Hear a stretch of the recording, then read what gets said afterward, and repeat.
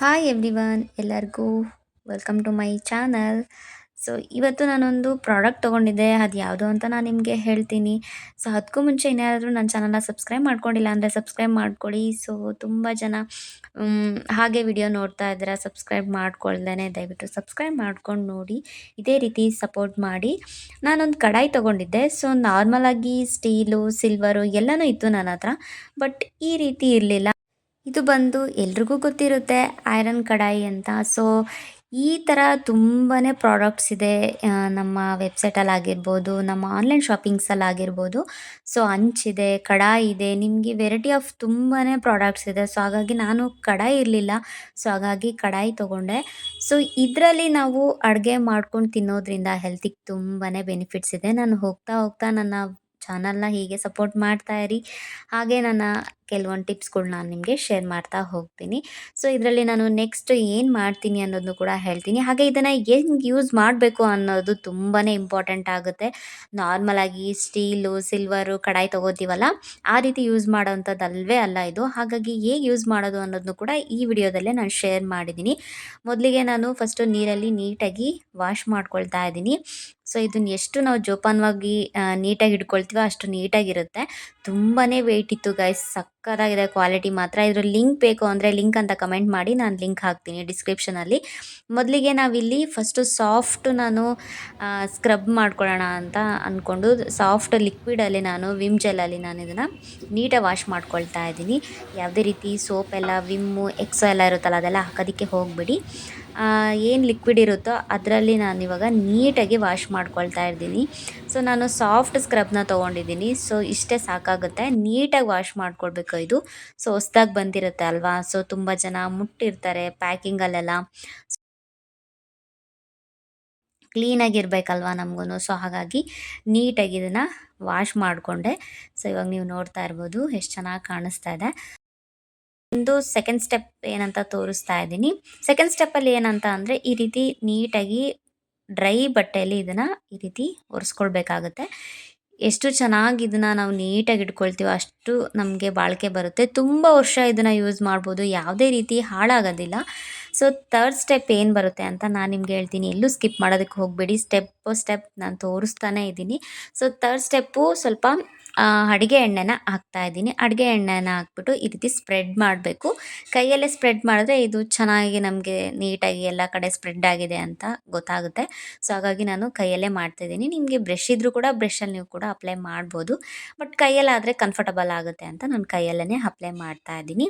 So ಇದು ಬಂದು third step. So ನೀಟಾಗಿ ಇದನ್ನು ಅಪ್ಲೈ ಮಾಡಿರಬೇಕು. ಇಲ್ಲಿ ನೋಡ್ತಾ ಇರ್ಬೋದು ನೀವು, ನೋಡಿ ಎಷ್ಟು ನೀಟಾಗಿ ಅಪ್ಲೈ ಮಾಡಿದ್ದೀನಿ ಅಂತ.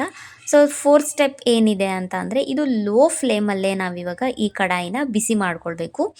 ಇದು ಸ್ಮೋಕಿ ಬರಬೇಕು ಅಂದರೆ ಹೊಗೆ ಬರಬೇಕು, ಅಲ್ಲಿವರೆಗೂ ನೀವು ಲೋ ಫ್ಲೇಮಲ್ಲೇ ಇಡಬೇಕಿದು. ಯಾವುದೇ ರೀತಿ ಹೈ ಫ್ಲೇಮಲ್ಲಿ ಇಡಬಾರ್ದು. ಸೊ ಲೋ ಫ್ಲೇಮಲ್ಲೇ ಇಟ್ಬಿಟ್ಟು ಇದನ್ನು ಚೆನ್ನಾಗಿ ಕಾಯಿಸ್ಕೊಳ್ಬೇಕು. ಇದು ತುಂಬಾ ಬಿಸಿ ಇರುತ್ತೆ ಕಬ್ಬಣ ಥರ. ಸೊ ಹಾಗಾಗಿ ಇದನ್ನು ದಯವಿಟ್ಟು ಹಾಗೆ ಟಚ್ ಮಾಡೋದಕ್ಕೆ ಹೋಗಬೇಡಿ, ತುಂಬಾ ಬಿಸಿ ಇರುತ್ತೆ. ಇದು ಲೋ ಫ್ಲೇಮಲ್ಲೇ ಇಟ್ಕೊಂಡು ಇದೇ ರೀತಿ ಕಾಯಿಸ್ಕೊಂಡ್ರೆ, ಇಲ್ಲಿ ನೀವು ಅಬ್ಸರ್ವ್ ಮಾಡ್ತಾ ಇರ್ಬೋದು ಹೊಗೆ ಯಾವ ರೀತಿ ಬರ್ತಾ ಇದೆ ಅಂತ. ಸೊ ಈ ರೀತಿ ಹೊಗೆ ನೀಟಾಗಿ ಚೆನ್ನಾಗಿ ಎಲ್ಲ ಕಡೆ ಬಿಸಿಯಾಗಿ ಬರ್ತಾ ಇದ್ದರೆ ಅಲ್ಲಿಗೆ ನೀವು ಆಫ್ ಮಾಡಿಬಿಡಿ. ಯಾವುದೇ ಕಾರಣಕ್ಕೂ ಇದನ್ನು ಕೈಯಲ್ಲಿ ಮುಟ್ಟೋದಕ್ಕೆ ಹೋಗಬೇಡಿ ಬಿಸಿ ಇರಲ್ಲ ಅಂತ ಅಂದ್ಕೊಂಡು.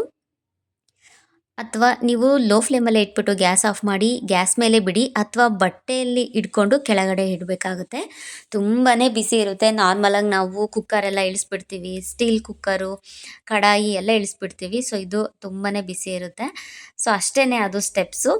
ನೆಕ್ಸ್ಟು ನಾನಿಲ್ಲಿ ಪಾಪ್ಕಾರ್ನ್ ತೊಗೊಂಡಿದ್ದೆ. ಇನ್ಸ್ಟೆಂಟಾಗಿ ಪಾಪ್ಕಾರ್ನ್ ಯಾವ ರೀತಿ ಮಾಡೋದು ಅನ್ನೋದನ್ನ ತೋರಿಸ್ತಾ ಇದ್ದೀನಿ. ನನಗೂ ನಮ್ಮ ಹಸ್ಬೆಂಡ್ಗೂ ತುಂಬಾ ಇಷ್ಟ ಪಾಪ್ಕಾರ್ನ್ ಅಂದರೆ. ಸೊ ಹಾಗೆ ಅವ್ರಿಗೆ ಏನಾದರೂ ಮಾಡಿಕೊಡ್ತಾ ಇರ್ತೀನಿ ಕೆಲವು ಟೈಮಲ್ಲಿ. ನಾನು ಫ್ರೀ ಇರೋ ಟೈಮಲ್ಲಿ ಬೇಗ ಬಂದಿದ್ದರೆ, ಅವರು ಬೇಗ ಬಂದಿದ್ದರೆ ಈ ರೀತಿ ಏನಾದರೂ ಅವ್ರಿಗೆ ಮಾಡಿಕೊಡ್ತಾ ಇರ್ತೀನಿ ಸ್ನ್ಯಾಕ್ಸು. ಸೊ ಅದಕ್ಕೆ ಪಾಪ್ಕಾರ್ನ್ ಮಾಡ್ಕೊಳ್ಳೋಣ, ಮಳೆ ತುಂಬಾ ಇದೆ, ಚಳಿ ತುಂಬಾ ಇದೆ ಬೆಂಗಳೂರಲ್ಲಿ, ಹಾಗಾಗಿ ಇದನ್ನು ಮಾಡೋಣ ಅಂತೇಳಿ ಮಾಡ್ತಾಯಿದ್ದೀನಿ. ಸೊ ಇದ್ರ ಲಿಂಕ್ ಬೇಕು ಅಂದರೆ ಈ ಪ್ರಾಡಕ್ಟ್ ಲಿಂಕ್ ಕೂಡ ನಾನು ಲಿಂಕ್ ಅಂತ ಕಮೆಂಟ್ ಮಾಡಿ ನಾನು ಇದು ಕೂಡ ಲಿಂಕ್ ಹಾಕ್ತೀನಿ. ಸೊ ಏನಿಲ್ಲ ಜಸ್ಟ್ ಸಿಂಪಲಾಗಿ ಮಾಡ್ಕೊಳ್ಬೋದು. ಸೊ ಇದನ್ನೇನು ಇರುತ್ತೆ ಲಿಕ್ವಿಡ್ ಅದರಲ್ಲೇ ಜೊತೆಗೇ ಪಾಪ್ಕಾರ್ನ್ ಎಲ್ಲ ಇಟ್ಟಿರ್ತಾರೆ. ಸೊ ಅದನ್ನು ನಾವು ಜಸ್ಟ್ ಕುಕ್ಕರ್ನ ಬಿಸಿ ಮಾಡಿಬಿಟ್ಟು ಇದನ್ನು ಟ್ರಾನ್ಸ್ಫರ್ ಮಾಡಿಬಿಟ್ಟು ಸ್ವಲ್ಪ ಸೌಟಲ್ಲಿ ಹಿಂಗೆ ಸ್ವಲ್ಪ ಅಲ್ಲಾಡಿಸ್ಬಿಟ್ಟು ಇಟ್ಬಿಟ್ಟು ಲಿಡ್ನ ಈ ರೀತಿ ಉಲ್ಟಾ ಕ್ಲೋಸ್ ಮಾಡಿ ಇಟ್ಟರೆ ಅದು ಹೀಟಾಗಿ ನೋಡಿ ಯಾವ ರೀತಿ ಹೊಡ್ಕೊಳ್ತಾ ಇದೆ ಅಂತ.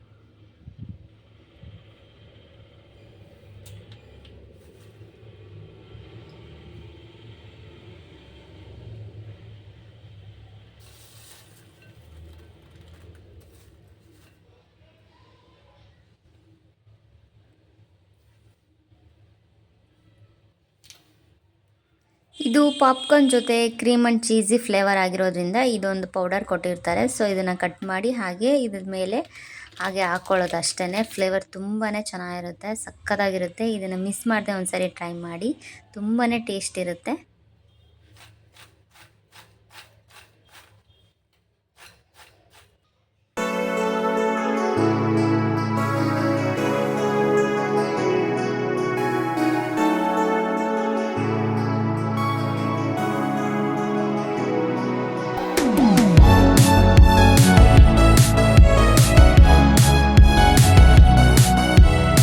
ನೆಕ್ಸ್ಟು ಅದೊಂದು ಸ್ನ್ಯಾಕ್ಸ್ ಥರ ತಿಂದ್ಕೊಂಡ್ವಿ. ಹಾಗೆ ನೈಟ್ ಡಿನ್ನರ್ಗೆ ನಾನು ಬೆಂಡೆಕಾಯಿ ಗೊಜ್ಜು ಹಾಗೆ ಚಪಾತಿ ಮಾಡಿದ್ದೆ.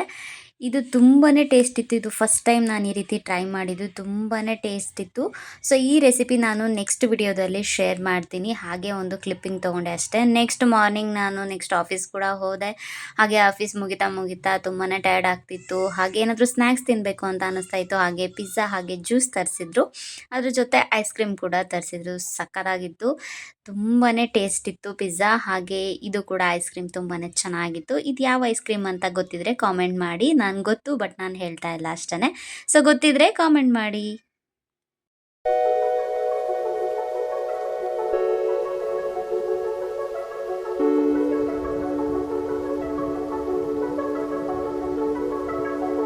ನೆಕ್ಸ್ಟು ನಮ್ಮ ಹಸ್ಬೆಂಡ್ಗೆ ಯಾಕೋ ಬಿರಿಯಾನಿ ತಿನ್ನಬೇಕು ಅಂತ ಅನ್ನಿಸ್ತಾ ಇತ್ತಂತೆ. ಸೊ ಹಾಗಾಗಿ ಬಿರಿಯಾನಿ ಜೊತೆ ಸ್ವಲ್ಪ ತಂದೂರಿ ಮಾಡಿಕೊಟ್ಟು ಅವರಿಗೆ ಡಿನ್ನರ್ಗೆ ಕೂಡ ರೆಡಿ ಮಾಡಿದೆ.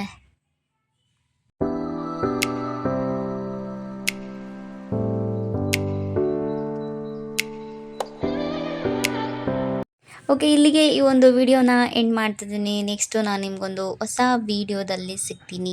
ಅಲ್ಲಿವರೆಗೂ ನನ್ನ ಚಾನಲ್ನ ಹೀಗೆ ನೋಡ್ತಾ ಇರಿ, ಸಪೋರ್ಟ್ ಮಾಡಿ. ಸೊ ಸಬ್ಸ್ಕ್ರೈಬ್ ಮಾಡ್ಕೊಂಡು ನೋಡಿದ್ರೆ ತುಂಬ ಜನ ಇದ್ದೀರಾ. ಸೊ ದಯವಿಟ್ಟು ಸಬ್ಸ್ಕ್ರೈಬ್ ಮಾಡ್ಕೊಂಡು ನೋಡಿ, ಇದೇ ರೀತಿ ಸಪೋರ್ಟ್ ಮಾಡಿ. Thanks for watching. See you next video. Bye.